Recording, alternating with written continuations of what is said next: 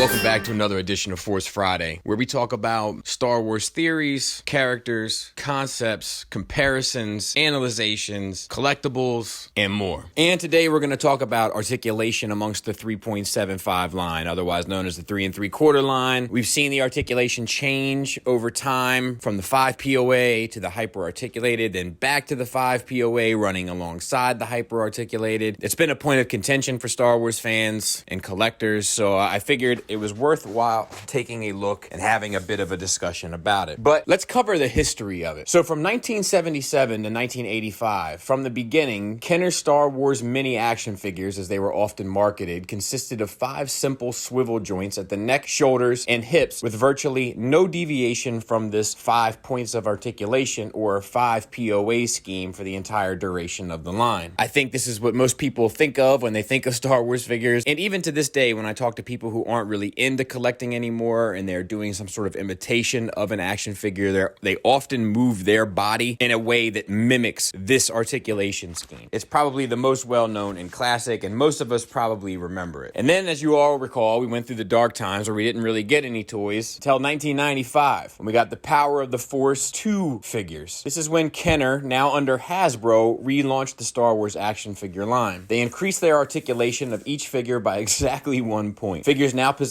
a waist swivel, bringing the points of articulation to a whopping number of 6. The line, while simplistic by today's standards, was a big leap forward in terms of sculpt and paint compared to the old figures. A lot of those times those old figures look better in our minds than they actually look, but if you ever go back and look at that Han Solo, that is, in my opinion, the most clear and exact example of how bad some of those sculpts were. Great for their time, noteworthy for their time, pushed boundaries, broke ground, etc., but don't hold up quality-wise. When the Hasbro Kenner stuff started coming out, of course, they don't hold up either by today's standard, but you can see the massive leap forward in terms of what they were able to do with sculpt. But we're not talking about sculpt, we're talking about articulation. And although this line only offered 1 new point, something did change about the way that the figures were produced. Hasbro began sculpting many of the figures in semi-dynamic poses. For example, Han, Luke, and Leia from the first wave all have an action stance with one leg sculpted to sit further forward than the other. Such pre-posed sculpting continued through the line. In the original Kenner designer and longtime Star Wars action figure designer Mark Bodereau highlighted the 1996 Sand Trooper from that line, which had its arm sculpted to hold its large blaster. He said, "I remember drawing that big gun for the Sand Trooper. That was before we really started offering more articulation and we had more dedicated poses. You could still play with the Sand Trooper, of course, but his main purpose was to be able to hold the weapon. Then we realized we were going to need to explore more articulation." I remember that figure clearly, and to this day I have them on my shelf, and to this day they have a hard time standing up, let alone holding that big old gun that he was fascinated with. No knock towards him, just being honest. 1997 had a mail-away Cantina band member, which was a particularly big leap for the line, as he featured hinged elbows that allowed him to pose with the various instruments. The same designer said, "You can see the articulation has evolved quite a bit with the Cantina band member. Some of the articulation started out as plain old joints, which could be as simple as a cut through a bicep, so now you could rotate the arm or wrist. A lot of our joints at the time were actually pinned. This was before we had insert molding worked out, so you had to use pins." By 1998, the line, which largely sticking to the 6 POA format it had established, had several figures with more articulation, such as 1998's Obi-Wan or Farm Boy Luke. 1999 saw the final wave of Power of the Force 2 figures. These figures were notable for some rather large articulation and sculpting leaps, as well as just a total number of articulation point increase. As Hasbro still had not mastered insert molding, which allows for today's standard ball hinge, large pinned hinges continued to be used here. This wave's Stormtrooper was sculpted so as to be able to pose with his blaster or look as if he was being blasted. Admiral Mahdi had a large hinge in his left arm that allowed him to pose as if being choked by Darth Vader. Then came 1999's The Phantom Menace line, famous for its talking Comtex stands, but you had to buy the extra little thing in order to get that to work, but that's a side conversation and gets me irritated, so let's just leave it alone. It largely continued in the same vein as Power of the Force 2, though with more realistic sculpts from the beginning. Many lightsaber-wielding characters such as Obi-Wan, Qui-Gon, and Darth Maul had swivels above the bent elbow, allowing them to pose more realistically with their lightsabers, also more dynamically. The product design manager Steve Bono stated, "Those waves really led to the improvements in articulation. The first Comtech wave was one of the first that had a comprehensive articulation philosophy that allowed figures to be posed in memorable ways and also be posed in normal ways. 2000 to 2001's Power of the Jedi line had most figures figures approach on a case-by-case basis for articulation. Many figures were sculpted in pre-posed dynamic positions so as to be able to recreate a specific scene or action. Hasbro was experimenting between a mix of articulation and pre-posed sculpting for a full display of these lines. In particular, certain select figures featured what Botero describes as a diagonal cut on the elbows so we could have a straight arm and also a bent arm without having the joint we have today. These swivel elbows, as he states them, saw extensive line-wide use throughout 2006 and 2007 and are notable for their love-hate relationship with fans. The single most important figure for articulation was 2001's Rebel Fleet Trooper, which possessed a then massive 11 points of articulation, all swivel joints. These joints were sculpted to allow him to pose standing up or in the iconic hallway crouch from the start of A New Hope. Botero stated, "When you have a figure with pointy toes, it's not going to kneel very well. So what we did was cut the leg at the boot. That's the other trick, finding a place to hide joints so they disappear. The cut he made at the top of the boot and being able to rotate that leg and have that foot lay flat on the ground really added a lot of stability that you otherwise wouldn't have had." Design manager Brian Parrish stated, "We really wanted to allow the figure to kneel like they do on the Tantive 4, and Dave was able to come up with an inexpensive solution that met our needs. It was really quite ingenious." But this era sees kind of the two-step process in terms of priority of articulation, one of which being dynamic poses and the other one being range of poses. Some figures were sculpted and molded to kind of fit one need more, and some figures were sculpted and molded to sort of fit the other need more, but both were sort of done with that kind of mentality to be able to have the figure pull off certain specific dynamic poses and also allow the play pattern to have some creative and imaginary license as to how to manipulate the figure. 2002 to 2003 Star Wars Saga line was primarily made to support Attack of the Clones. With articulation still not being mastered, these figures were notorious for their extreme pre-posed sculpts. While many did have swivel and hinge joints, they were effectively useless due to the extreme nature of the sculpts. There was talk about how we could really differentiate these guys from where we'd been before. Sculpting them in dynamic poses was certainly one way of approaching that, and that was the direction we went. Since then, articulation has increased, but we now could get those kind of poses using articulation and not need to have dedicated poses. And this is an example of it swinging too far to one side of that spectrum that I had just spoken about. It landed too far left, where a specific dynamic pose that the sculptor had in mind became the priority and precedence, and then you had little to no fluctuation within that pose to create your own. 2004 Original Trilogy collection went back to a more traditional mix of sculpt versus articulation. However, a massive leap forward was made with 2004's exclusive vintage collection figures, the beginning of the line that runs today. This line of 12 principal characters from the original trilogy are effectively as articulated as the figures of today. The complicated assembly of such figures back then meant this kind of articulation as standards was still not possible. Hence, these figures being store exclusives and having a higher suggested retail price of $9.99, double the price of the then standard figure. These figures were a massive hit among collectors for Hasbro and still go for high sums carded on the aftermarket. 2005 Revenge of the Sith continued a more standard mix of sculpt versus articulation. Some figures, such as 05's Clone Trooper, were massive leaps forward, with the figure featuring ball hinges at the shoulder, elbows, knees, and ankles, bringing the articulation of the previous year's vintage collection exclusives to the main line. Most figures of this era featured about 10 to 12 points of articulation and began increasing the use of diagonal cut elbows. 2006's Saga collection was the final line to feature a mix of articulation ranges, with some figures featuring a now basic 7 to 8 points and others, such as a new Revenge of the Sith Anakin and Obi-Wan, featuring a whopping 14 points. Again, bringing the articulation of the vintage collection to the main line. 2007's 30th anniversary collection brought, with few exceptions, a standard baseline of articulation at the head, shoulders, elbows, wrist, waist, hips, knees, and ankles. Elbows were a mix of ball hinged or diagonal cut, and most hips were swivel as standard. This line is effectively the first to have almost all figures super articulated, quote unquote. 2008 to 2009 brought the Legacy collection, which saw the elimination of the now outdated diagonal cut elbows, with the ball hinges being standard, and almost all figures now featured 14 points as standard. One line that kind of became an outlier was the Clone Wars action figure line. Lucasfilm told its licensees the show was to be marketed primarily for children. This meant Hasbro began in 2008 with an action-heavy focus to the line. Most figures featured full articulation at the upper body, but nothing in the knees or ankles, with Clone Troopers being the outliers, featuring 16 points. Most figures included missile-firing launchers or some kind of action accessory. This line sold incredibly well for Hasbro in 2008, and this led to 2009 seeing an increase in articulation for many of its figures. figures, and even new versions of figures released the previous year. Action accessories were gradually toned down as to impact the figures as little as possible, and by 2010, the Clone Wars featured some of the most articulated figures Hasbro had ever done at this scale, with some even featuring ankle rockers, a feature still not used in the vintage collection. This largely continued until 2012, when the show and line dwindled in popularity. Hasbro drastically cut articulation on these figures until the line was canceled in 2013. 2010 saw the first mainline release of the vintage collection, running until 2012, and is considered by fans to be the golden age of 3 3/4 action figures, with almost every figure featuring at least 14 points of articulation with multiple accessories and figures drawing from all eras of Star Wars. This baseline of articulation for the collector line, ball-jointed head,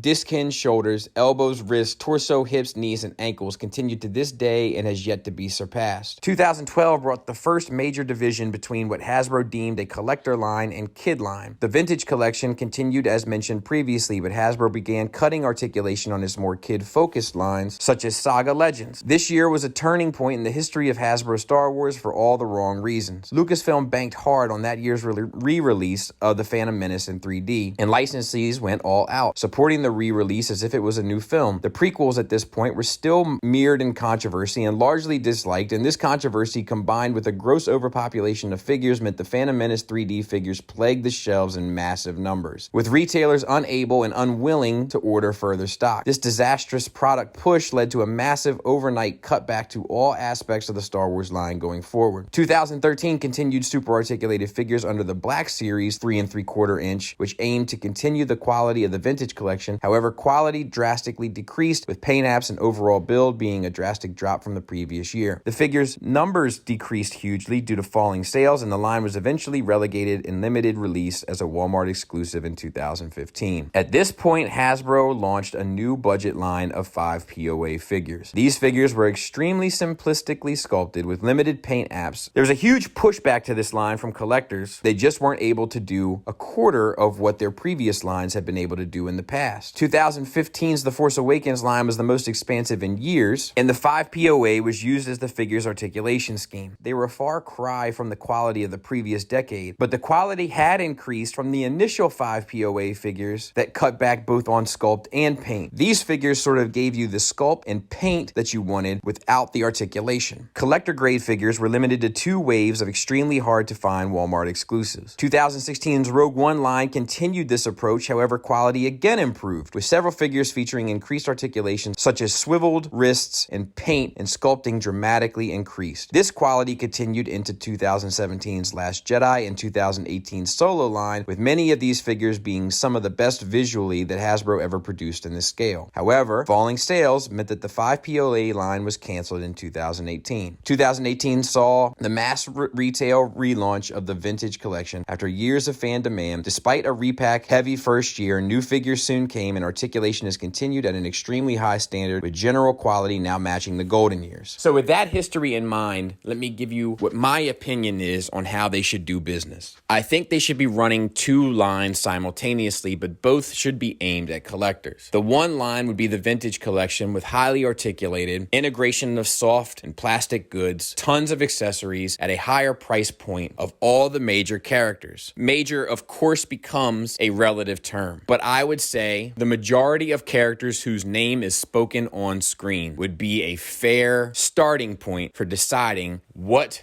constitutes a major character. This line would run and get you the characters to put in dynamic poses, and it would run alongside a second line that was 5 POA, highly sculpted, highly painted, highly detailed, with 5 points of articulation and limited accessories of all supporting characters. Your Gamorrean guards, stormtroopers, rebel troopers, whatever the case may be. If the character doesn't have a proper name mentioned on screen, these are the types of characters that you would make in this supporting line. And I think in a display, you wouldn't notice that they were operating at 2 totally different articulation levels and at 2 totally different price points. I love the hyper-articulated figures, but I don't love them necessarily because they're hyper-articulated. Because honestly, without the ankle rockers, the articulation doesn't do much for me. I love them because of just how high-tuned the sculpt and paint are. Add into that some soft goods and some accessories, and all of a sudden, the figure looks more dynamic on a shelf than ever before. I think having that alongside figures that are just standing there but look as good is going to present a well-fleshed out, well-populated populated Star Wars line. And to be honest, we haven't gotten a very well fleshed out 3 3/4 population of characters since the Disney buyout. We don't have the same plethora of characters from any of the sequel trilogy, Rogue One, or Solo. And don't get me started on The Mandalorian. Same sort of deal. But I feel like this would be a cost-effective way to satisfy both elements of a collector, numbers and quality, with a variation in price to help pad the pockets along the way. Thanks for listening. Thanks for watching. Until next time, take care.